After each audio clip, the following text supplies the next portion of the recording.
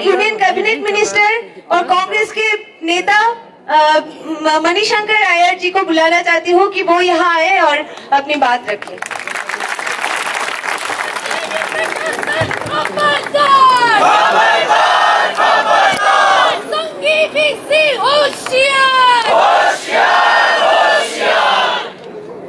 मेरे प्यारे विद्यार्थियों, साथियों, भाइयों, बच्चों, बेटे, एक माँ की आंसू को पहुंचने के लिए हम सब यहाँ मौजूद हैं। अभी मैं यहाँ बैठा था कि मैंने उनकी टूटी हुई आवाज सुनी। उनकी छाती से जो निकल रहा था वो दर्द, वो हम सब तक पहुंचा और हमें लगा कि नजीब भी मेरा ही बेटा है और मैं अपनी औलाद को खोल डाला हूं। नजीब के लिए हम यहाँ आए हैं क्योंकि वो भारत का एक नागरिक था और इस विश्वविद्यालय का विद्यार्थी था। तो जो कहते हैं कि आप बाहर वाले जो हैं, जिनका कोई लेना देना नहीं है जवाहरलाल नेहरू यूनिवर्सिटी से, आप लोग यहाँ क्यों दखल दे रहे हैं? हम यहाँ दखल दे रहे हैं क्योंकि यहाँ के विद्यार्थियों को भड़काकर अपने ही साथियों को मारने के लिए कुछ लोग यहाँ तैयार हो रहे हैं और कर रहे हैं। यदि एबीवीपी के विद्यार्थियों को पता है कि उनके अपने विद्यार्थियों से पूछे कि हुआ क्या और हुआ कैसे और हुआ क्यों, बस ये 3 सवाल हैं पूछने के लिए। और कोई भी जिम्मेदार एक कुलपति हो तो ये सवाल तो वो 15 तारीख को ही पूछ लेता, लेकिन इंतजार में है कि कहीं रायसीना रोड से या क्या पता रेस कोर्स रोड से उनको अनुमति मिले कि वो सरकार सवाल करे अपने ही विद्यार्थियों से। तो इसलिए जबकि इनकी हिफाजत हो रही है बाहर से, तो हम जो हैं, जो चाहते हैं कि हर विद्यार्थी को सुरक्षा मिले, कि हर विद्यार्थी को विद्या पाने के लिए मौका मिले, हम उनके साथ देने के लिए यहाँ मौजूद हैं। और मुझे लगता है कि हम सबका कर्तव्य बनता है कि ऐसे मौके पर जबकि नजीब गायब है और सरकार कोई कदम नहीं उठा रही है उन्हें ढूंढने के लिए और एक माँ के आंसू को पहुंचने के लिए, तो तब हम सबका फर्ज बनता है कि हम आपके बीच में आए और आपको बताएं कि हम भी आपके साथ हैं, कि आप कतई अकेले नहीं हो, हम हैं और हम आपके साथ रहना चाहते हैं। हम समझते हैं कि हमारी सहानुभूति हर भारतीय नागरिक के लिए है और कि इससे कोई लेना देना नहीं है कि उसका नाम क्या है, कि वो किस प्रांत से है, कि वो कौन से मजहब का है। हम जब तक कि इतने देश के, हमारे देश के देशवासियों को इस नजर से नहीं देखते, एक समान दृष्टि से नहीं देखते, तब तक इस देश को हम एक नहीं रख सकते हैं। बहुत ही अफसोस की बात है कि अभी मैं अंसारी साहब के साथ बैठा था और माँ के आंसू के साथ मुझे एक वालिद के आंसू को भी पहुंचने की जरूरत पड़ी है। बहुत ही दुख लगता है कि उनके एक बेटे हैं, गरीब परिवार के हैं, अपना कोई छोटा सा काम कर रहे हैं, चाहते हैं कि हम अपना ही धंधा करवाएं, और क्योंकि व्हाट्सएप पर कुछ ना कुछ चित्र आ गया है, इसलिए उसको उसका जान लेना ये सही हो सकता है क्या? ये भी मैं कहूं कि वो जो 8 लोग हैं जो जिनके बारे में कहा जाता है कि वो सिमी के हैं, हो सकता है कि वो सिमी के हैं, लेकिन इसका मतलब ये है क्या कि पुलिस आए और जो मनमानी करके जिनको उनको गोली लगाकर खत्म करना हो उनको खत्म करें? ये बड़े अच्छे लोग हैं मध्य प्रदेश पुलिस के लोग। उन्होंने पहले एक सुंदर सा एक घड़ी उनके हाथों पर लगाकर उसके बाद जान से, ये न्याय होता है?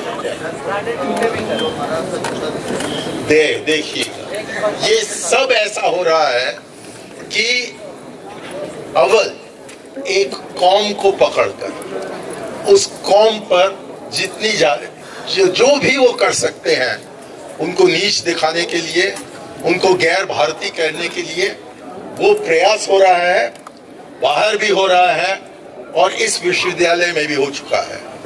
फिर एक प्रांत के लोग हैं, कश्मीर, जो कि हम कहते हैं कि भारत का अटूट अंग है, और उस अटूट अंग के विद्यार्थी यहाँ आते हैं और उनके साथ ऐसा बर्ताव होता है कि जो भी उनके दिल में हो अलगापन का, उसको बढ़ाया जाता है बजाय उसको कम करने। एक बार मैं वो वाला भी लेके आ रहा हूँ और मुझे बहुत ही गर्व की बात वाला भी लेके आता हूँ कि बस 5 गज मुझसे दूर पर कन्हैया कुमार खड़े हुए और इन्होंने हमारे देश के सारे विद्यार्थियों को दिखा दिया है और मेरे जैसे बुजुर्गों को भी दिखा दिया है कि कैसे एक आंदोलन को चलाना चाहिए, किस हिम्मत के साथ चलाना चाहिए और कौन से ऐसे शब्द हैं जिससे कि दिल पर एकदम लगे कि हाँ, ये जैसा एक लीडर है तो भारत का भविष्य जो है वो उज्जवल है। बहुत बहुत खुशी हो रही है मुझे। मैंने कभी सोचा नहीं था, इसका कल्पना नहीं किया था कि एक दिन मुझको भी मौका मिलेगा कि मैं कन्हैया कुमार के छाये में खड़े होकर इनको आप अपना प्रतीक बनाइए। हम सबका दौर तो खत्म होने वाला है, लेकिन इनका अरसों तक चलेगा और जब तक कि कन्हैया कुमार जैसे या इस यहाँ के विद्यार्थी हैं, और अभी अभी प्रकाश करात साहब ने हमें बताया कि उनके दौर पर ही यहाँ जो स्टूडेंट्स यूनियन बना है उन्होंने नहीं बनाया है, उन्होंने इसको स्थापित किया है। तो एक सीधा लाइन लगता है प्रकाश करात से लेकर कन्हैया कुमार तक कि हमारे नौजवान न्याय के लिए लड़ेंगे और जो भी विषय हो उसको उठाकर उनकी मारपीट हो या उनको जेल भेजा जाए या वहां थाने में उनकी मारपीट हो, ये अपने सिद्धांतों पर खड़े रहेंगे। अपना लक्ष्य बिल्कुल साफ है, इस भारत को एक बनाने के लिए, यहाँ हमारा उत्थान होने के लिए सबको ऐसा लगे कि हम भी इस देश के हैं और हमारा देश हमें पसंद करता है और हमें चाहता है। यही कहने के लिए कन्हैया भी खड़े हुए हैं और आप सब यहाँ मौजूद हैं। नजीब हमारा है, नजीब हमारा है क्योंकि वो मेरा अटूट अंग है, आप सबका अटूट अंग है। जो उसकी मारपीट हुई है भारत माता की मारपीट हुई है, क्योंकि वो भारत माता के एक औलाद थे हैं और उनको ढूंढ निकालना बहुत ही जरूरी है। मुझको थोड़ा बहुत दुख है कि अरविंद केजरीवाल जी को कहीं और जाना था, क्योंकि मैं ये कहना चाह रहा था कि दिल्ली में जो सरकार है, केंद्रीय सरकार, वो कहती है कि दिल्ली सरकार में वो क्षमता नहीं है कि पुलिस उनके नीचे आए और कि पुलिस केंद्र सरकार के साथ रहनी चाहिए। तो जबकि आपने इस जिम्मेवारी को उठा लिया है कि कानून व्यवस्था का काम केंद्र सरकार की बनती है, तो वो केंद्र सरकार 21 दिन से क्या कर रही है? क्यों नहीं उन्होंने जांच करवाया? क्यों नहीं यहाँ आए और उन 14, 15, 16 जितने भी विद्यार्थी थे एबीवीपी के, उनको पकड़कर पूछा कि क्या हुआ, क्यों हुआ, कैसे हुआ? ये सवाल उनसे नहीं पूछते हैं और कहते हैं कि हम खोज कर रहे हैं। अरे कहाँ खोज कर रहे हो? ये दिल्ली की जो व्यवस्था है, कानून व्यवस्था, उसका देखभाल करने का काम आप ही का बनता है और किसी का नहीं बनता है, क्योंकि आप और किसी को करने ही नहीं देते हो। यदि अरविंद केजरीवाल के नीचे पुलिस होता तो नजीब तो अपने माँ के बाहों में बहुत दिन पहले वापस आ जाता, क्योंकि षड्यंत्र के साथ मोदी से लेकर सबसे छोटा कांस्टेबल तक सब जुड़े हुए हैं इस षड्यंत्र में। इसलिए किसी को नहीं पता है कि नजीब है कहाँ, और कहां से उनको वापस ले आए। लेकिन नजीब का स्थान यहाँ है। नजीब को हमारे बीच में आज होना चाहिए था। यदि वो होते तो इस जलसे को कायम करने की जरूरत नहीं पड़ती, लेकिन वो हमारे पास नहीं है। उनकी खोज में है हम सब, और हमें पूरा विश्वास है कि वो हमें मिलेगा जिस दिन हमें न्याय मिलेगा।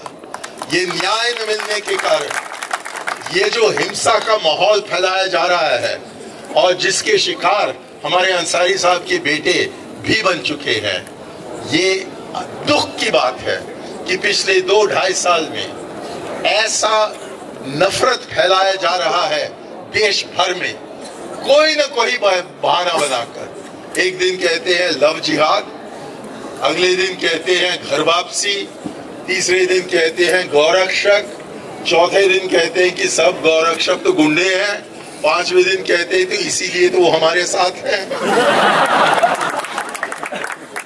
और इस देश का बोटी बोटी करने में लगे हैं ये भाजपा के लोग, और जो उनकी औलाद है ये एबीवीपी वाले।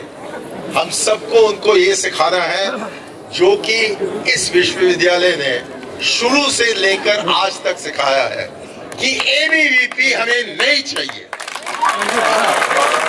किसी को यहाँ से भगाना हो तो एबीवीपी को भगाना है, ताकि यहाँ पढ़ाई का माहौल बने, ताकि हिंसा का जो एक माहौल बना है वो खत्म हो, और कि हम सबको भाईचारे के साथ, प्यार मोहब्बत के साथ रहने का मौका हमें दिया जाए। ऐसा ही हुआ करता था मेरा विश्वविद्यालय दिल्ली यूनिवर्सिटी, जबकि मैं वहाँ पढ़ा 50-60 साल पहले। लेकिन अब जबकि मैं उस माहौल को देखता हूँ और आज का माहौल देखता हूँ, मुझे नहीं लगता है कि 50 साल पहले मैं वहाँ पढ़ा था।